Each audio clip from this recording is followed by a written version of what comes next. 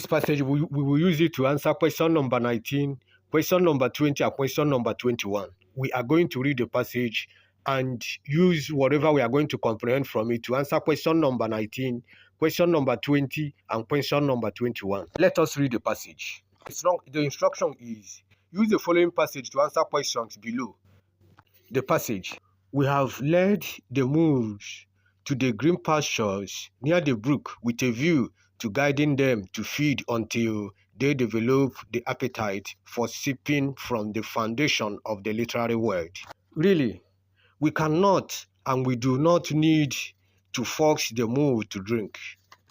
All that needs to be done is to provide the necessary atmosphere and encouragement that will sensitize the moose towards a spontaneous wish to write. This, I believe, has been addressed in this brief lecture. That is the passage. Let us go to the questions. Question number 19.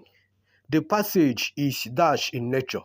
The passage is dash in nature. We have option A, descriptive, option B, explanatory, option C, declarative, option D, conversational. The right answer is option B, explanatory.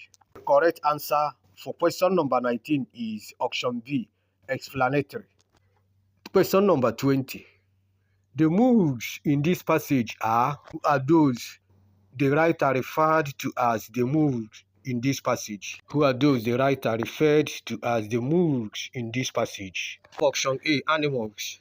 Option B, students. Option C, reliable clients. Option D, potential writers. Option D is the answer. When you go through the passage, you will understand that the writer is talking of the literary word. On the underlying word there, the literary word. So he's talking of potential writers. So option D is the right answer, potential writers. The next question is question number 21. Question number 21 is, the underlined expression is an example of. The underlined expression is an example of. The options we have paradox, option A. Option B, metaphor. Option C, simile. Option D, oxymoron. The part that was underlined in the passage is the foundation of the literary world. The foundation of the literary world. So is that part paradox? Is it metaphor? Is it similar? Is it oxymoron? When you look at it, there is comparison there, and the form of comparison there is a direct comparison. So the right answer is metaphor, option B. Metaphor is the right answer, option B. The next one is a short poem. We are going to use this poem to answer question number 22, 23, 24, and 25. We are going to use this short poem to answer question number 22, 23, 24, 25. The instruction is, use the poem below to answer questions below. Let us read the poem. Life is rise and fall, a tale of comings and goings, of travels and doings, but death ends all. Life is rise and fall, a tale of comings and goings, of travels and doings, but death ends all. The poem of 4 lines. Question number 22. The rhyme scheme of the poem is.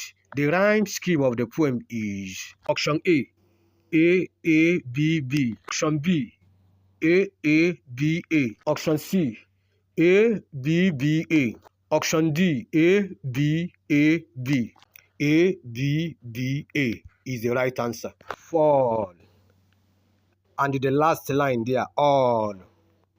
The second line, goings. The third line, doings. So the right answer is A, B, B, A. That's number option C. Question 23 is the next question. The question is, the central theme of the poem is. The question is, the central theme of the poem is dash. Remember that theme is whatever you comprehend, whatever you learn from a literary work. So what did you learn from this work? What did you comprehend from the work, from the short poem? Option A, we have hope. Option B, love. Option C, faith. Option D, vanity. Option A, we have hope. Option B, love. Option C, faith. Option D, vanity.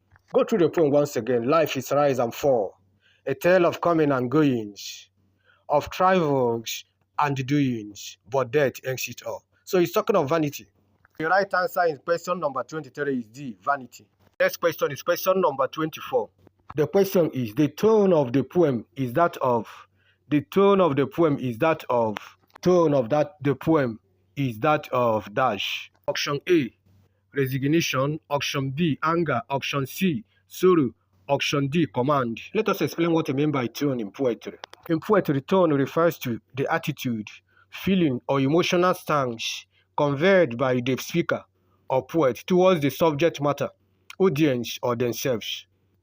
It is the way the poet expresses their emotions, ideas, and perspectives through language, imagery, and other literary devices. Tone can be formal or informal. It can be serious or playful. It can be joyful.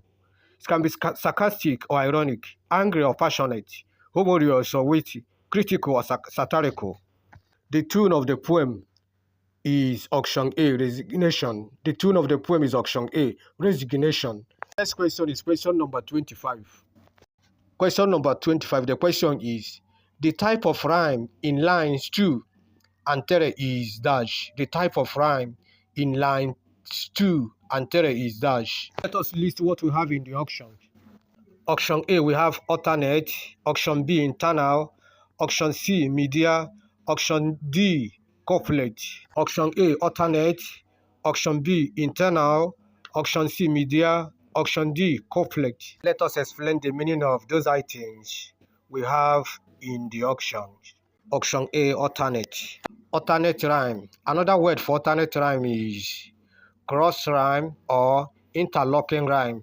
It is a rhyming pattern in which the first and third lines of a stanza or verse rhyme with each other. The second and fourth lines rhyme with each other.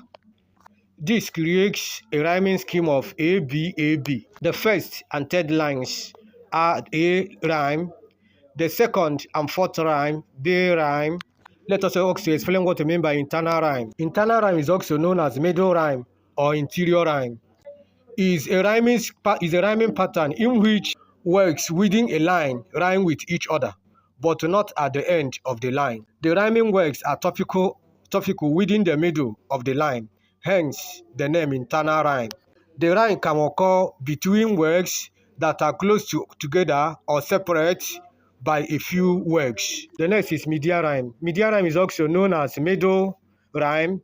Is a type of internal rhyme that occurs when a word within a line rhymes with a word at the middle of the line. The rhyming words are separated by one or more words. The rhyme occurs within the middle of the line rather than at the end. Next is couplet rhyme, also known as heroic couplet.